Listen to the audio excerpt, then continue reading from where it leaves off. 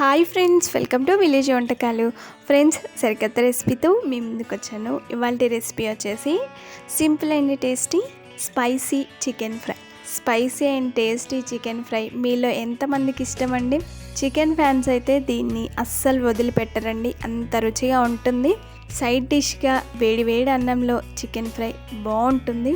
చాలా సింపుల్గా టేస్టీగా ఇలా రెడీ చేసుకోండి. మీరు చికెన్ ఫ్రై ఎప్పుడు చేసినా సరే ఇలాగే చేసుకుంటారు, అంత రుచిగా ఉంటుంది. చికెన్ ఫ్రై ఇంత రుచిగా రావడానికి ఈ మసాలా పౌడర్ ఒక్కటి రెడీ చేసుకోండి, ఎంత బాగుంటుందో మీరే కామెంట్ చేస్తారు.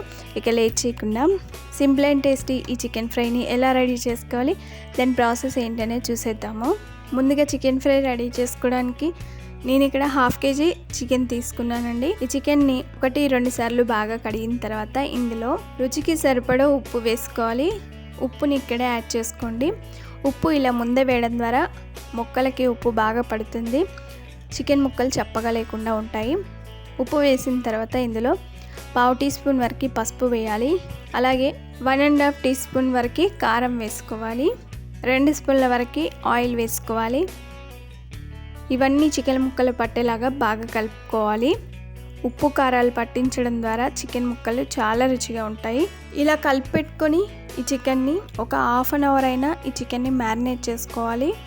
1/2 అవర్ తర్వాత స్టవ్ పైన ఒక ప్యాన్ పెట్టుకుని అందులో కొన్ని కొబ్బరి ముక్కలు, 2 అంగుళాల చెక్క, 5-6 లవంగాలు, 1/2 టీ స్పూన్ వరకు మిరియాలు, 2 స్పూన్ల వరకు ధనియాలు, 3-4 యాలకులు, 7-8 జీడిపప్పు పలుకులు, 1 బిర్యానీ ఆకు, అనాసపు కొంచెం మసాలా దినుసుల్ని ఇలా ప్యాన్లో వేసుకొని వీటిని లైట్గా ఫ్రై చేసుకోవాలి, మాడనివ్వద్దు.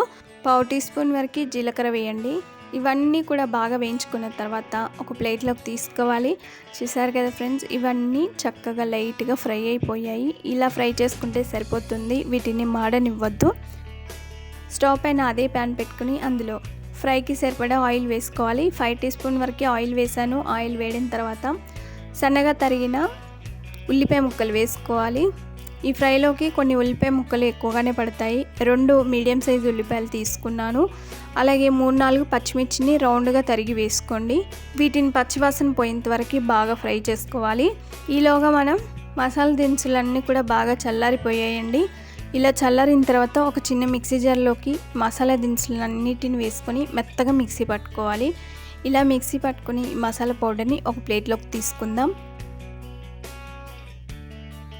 తర్వాత అదే మిక్సీ జార్లో సన్నగా తరిగిన అల్లం ముక్కలు వేసుకోవాలి. నేను ఇక్కడ కొంచెంగా అల్లము అలాగే వెల్లుల్లి రెబ్బల్ని పొట్టు తీసి వేసానండి. ఇప్పుడు ఇందులో 1/2 టీ స్పూన్ వరకు ఉప్పు వేయాలి. కొంచెం పసుపు, 2 ఇంచుల పసుపు వేసిన తర్వాత మిక్సీపై మూత పెట్టి మెత్తగా మిక్సీ పట్టుకోవాలి. ఇలా పసుపు ఉప్పు వేసి పట్టడం ద్వారా అల్లం వెల్లుల్లి పేస్ట్ అనేది ఎక్కువ రోజులు తాజాగా ఫ్రెష్గా ఉంటుందండి. మనం బయట పెట్టినా సరే అస్సలు పాడవదు. అల్లం వెల్లుల్లి పేస్ట్ని ఇలా మెత్తగా మిక్సీ పట్టిన తర్వాత ఇందులో ఒక పెద్ద స్పూన్ వరకు అల్లం వెల్లుల్లి పేస్ట్ వేసుకోవాలి. అల్లం వెల్లుల్లి పేస్ట్ వేసిన తర్వాత పచ్చివాసన పోయేంత వరకు బాగా ఫ్రై చేసుకోవాలి. ఇలా బాగా ఫ్రై చేసుకున్న తర్వాత ఇందులో 1/2 టీ స్పూన్ వరకు పసుపు వేయాలి. ఈ పసుపు పచ్చిదనం పోయేంత వరకు బాగా ఫ్రై చేసుకోవాలి.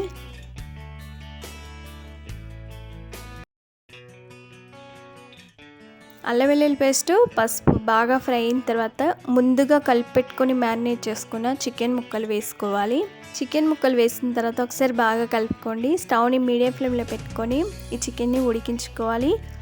ఇలా బాగా కలిపెట్టిన తర్వాత ఇప్పుడు ఈ ప్యాన్ పై మూత పెట్టి కొద్దిసేపు ఉడికించుకోవాలి. కొద్దిసేపు అయిన తర్వాత చూడండి, చికెన్లో నుండి వాటర్ వస్తున్నాయి. ఈ వాటర్ తోటే చికెన్ అనేది బాగా ఫ్రై అయిపోతుంది.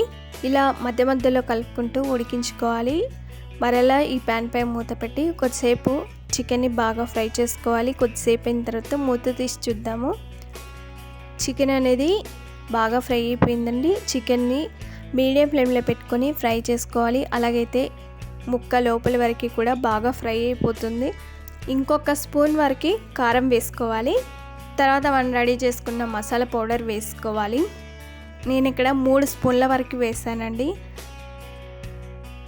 కారం మసాలా పౌడర్ వేసిన తర్వాత ఒకసారి బాగా కలుపుకోవాలి. ఇలా ఒకసారి బాగా కలుపుకొని ప్యాన్ పై మూత పెట్టి కొద్దిసేపు ఫ్రై చేసుకోవాలి. కారం మగ్గేంత వరకు బాగా ఫ్రై చేసుకోండి. కొద్దిసేపు అయిన తర్వాత మూత తీసి చూద్దాము. గుమగుమల స్మెల్ వస్తూ చికెన్ ఫ్రై బాగా ఫ్రై అయిపోయింది. ముక్క కూడా బాగా ఫ్రై అయిపోయిందండి. ఎందుకంటే నేను ఈ చికెన్ ఫ్రైని మొత్తం మీడియం ఫ్లేమ్లో పెట్టుకొని ఫ్రై చేసుకున్నాను. ఇలా బాగా ఫ్రై అయిన తర్వాత ఇందులో సన్నగా తరిగిన కొత్తిమీర వేసుకోండి. చికెన్ ఫ్రై చూసారు కదా ఎంత కలర్ఫుల్గా వచ్చిందో, చాలా రుచిగా ఉందండి. నేను చూపించిన మసాలా పౌడర్ రెడీ చేసుకొని చికెన్ ఫ్రైని ఒక్కసారి ట్రై చేయండి. ఎంత బాగుందనేది మీరే కామెంట్ చేసి చెప్తారో, అంత సూపర్గా ఉంటుంది.